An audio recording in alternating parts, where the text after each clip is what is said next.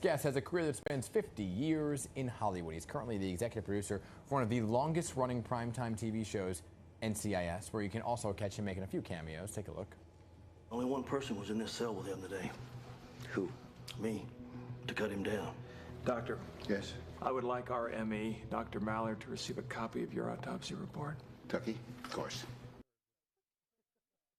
And there you go. Charles Floyd Johnson, the doctor in that scene, has had his hand in more than 900 TV episodes. And now he's sharing his career journey alongside other seasoned writers in an anthology entitled A Gathering of Voices, which highlights their resilience and resistance in the entertainment industry.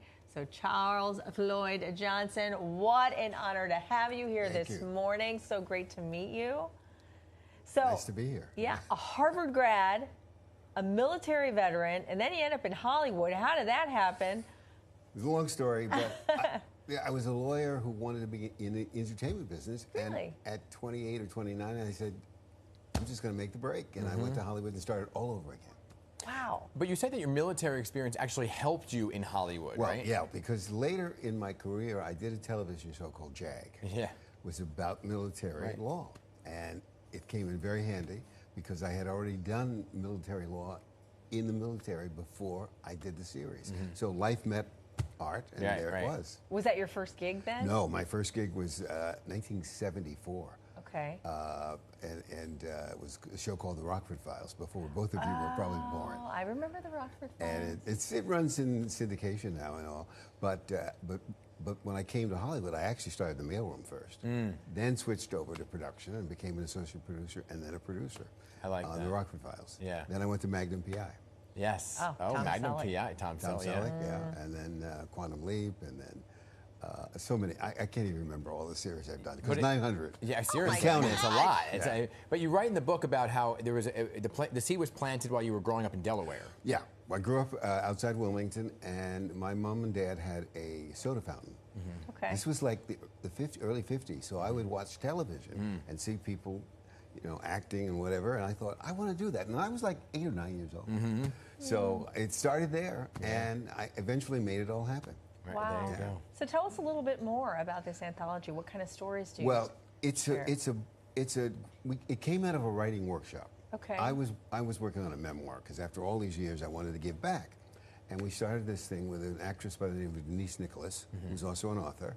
She put 5 of us together with them, and we started working on our memoirs.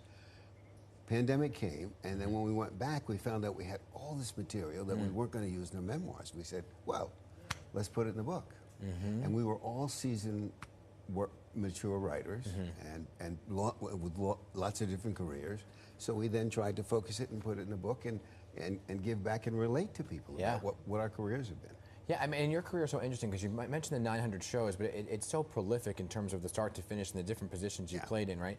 But can you talk about your perspective, African-American producer's perspective, from the 50s to today, and how you've kind of seen it transform? That's really interesting because when I started, there weren't a lot of African-American producers behind the camera.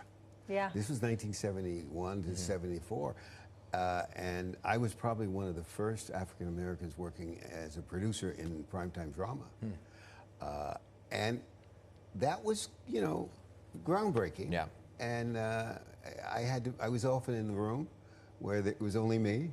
Wow. And I had to deal with issues of color. A lot of times shows would do one show of the season would be about African Americans, but you'd be in the room and you could say, well, that's not really how we should be presented.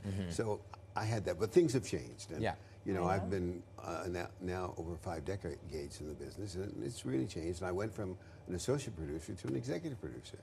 And NCIS has been on 22 years. I know, And I've been on it 22 years. Now that's that's amazing. I knock on wood every day. Yeah, so when you see someone like Tyler Perry making moves like that, wow. Well, the business did evolve, and you got Tyler Perry, you got Shonda Rhimes, you got Lee Daniels, and they all came along. And one of the things I did was I ended up producing and doing some writing.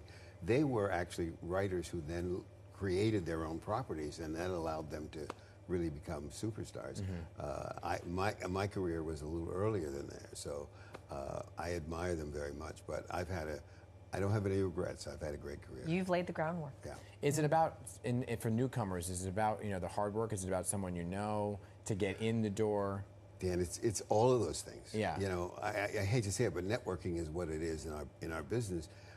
So I didn't know anybody, but I worked my way up, Yeah. and then I met people. So there were a lot of mentors for me along Yeah. the way.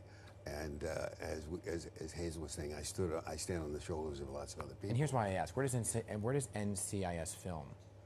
In Los Angeles. Okay, well I can make the trip. So I've been in a few episodes You of have? other shows. Okay. All right. So if you need some extra work, I could throw a couple. I'll fly out. Shameless. All right. I'll pay my own way. We'll talk. I'll give you a headshot. It's here, Charles. Remember. Oh, it's so great to have you here. And his Nice to book, meet both of you. A Gathering of Voices, is available wherever books are sold. Go pick it up. I'm only